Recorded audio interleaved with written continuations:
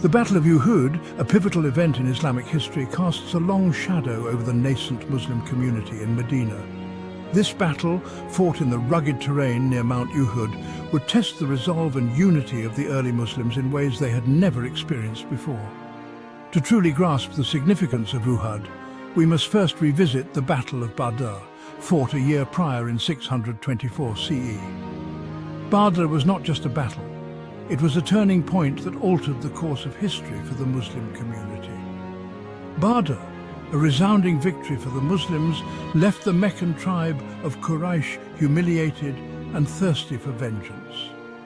The triumph at Badr was seen as a divine endorsement of the Prophet Muhammad's mission, bolstering the morale of his followers. The Quraysh, custodians of the Kaaba and dominant force in Arabia, had underestimated the Prophet Muhammad and his followers.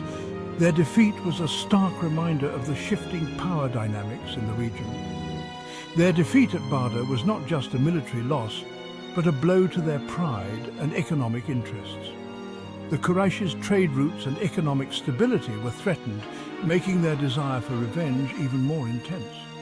The Muslims, outnumbered and outmatched, had emerged victorious at Badr, fueled by faith and strategic brilliance. Their unity and unwavering belief in their cause played a crucial role in their unexpected victory.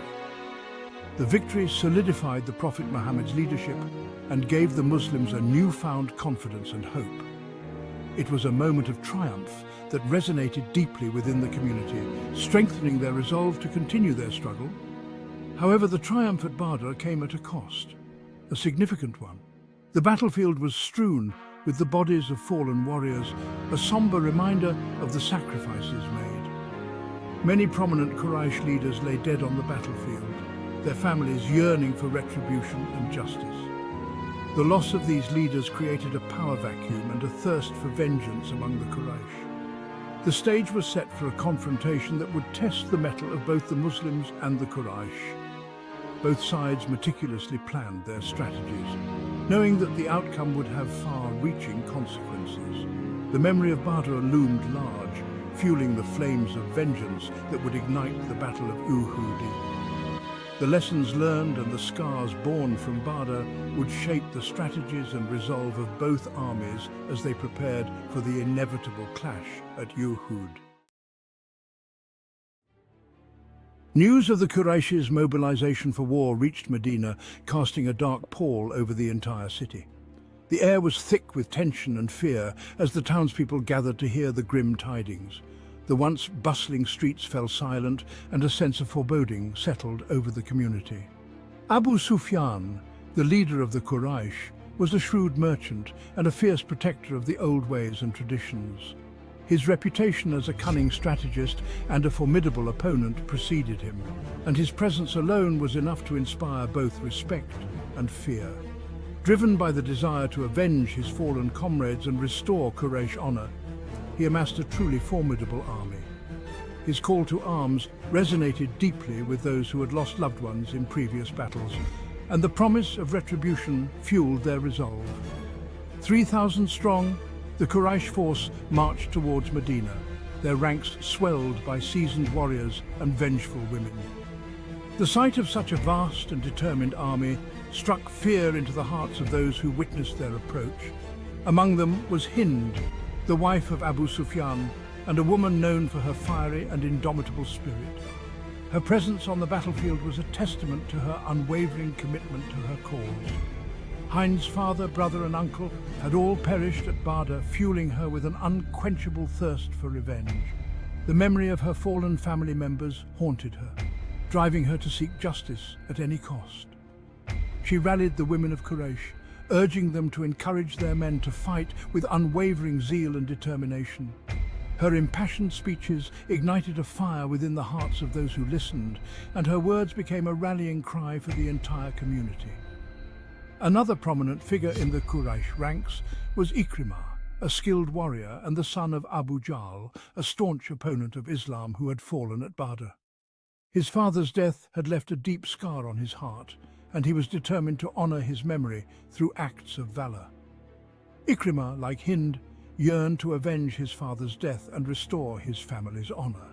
His resolve was unshakable, and his determination to succeed was evident in every move he made. The Quraysh army was a force united by a single purpose: to crush the Muslims and extinguish the flame of Islam forever. Their shared goal bound them together, creating a formidable and cohesive unit ready to face any challenge that lay ahead. The Quraysh's motivations for war ran deeper than mere revenge. The Battle of Badr had not only wounded their pride, but also disrupted their lucrative trade routes. Mecca, their stronghold, thrived on trade, and the rise of Medina as a competing power threatened their economic dominance. A decisive victory against the Muslims would not only avenge their fallen kin, but also reassert their control over the region's trade, restoring their economic and political supremacy. The Muslims, aware of the approaching storm, prepared for the inevitable confrontation. The Prophet Muhammad, ever the pragmatist, consulted his companions on the best course of action. Some argued for remaining within Medina's fortified walls, relying on their superior defences to repel the Quraysh attack. Others, emboldened by the victory at Badr, advocated for meeting the enemy in open battle, confident in their ability to defeat them once more. The Prophet Muhammad, after careful deliberation, decided to meet the Quraysh outside Medina, hoping to crush their forces before they could lay siege to the city. Section 4. The Prophet's Stand. The Muslim army, 1,000 strong, marched north towards Mount Uhud, a strategic location that offered a natural defensive barrier. The Prophet Muhammad, ever mindful of his companions' safety, positioned his troops strategically. He placed 50 archers on a nearby hill, commanding them to hold their position no matter what transpired on the battlefield below. Their arrows were to rain down upon the advancing Quraysh, disrupting their formations and providing crucial support to the Muslim infantry. The Muslim army, though smaller in number, was united by their faith and unwavering belief in their cause. They carried the memory of Badr in their hearts, a reminder that God's help would be with those who fought in his way.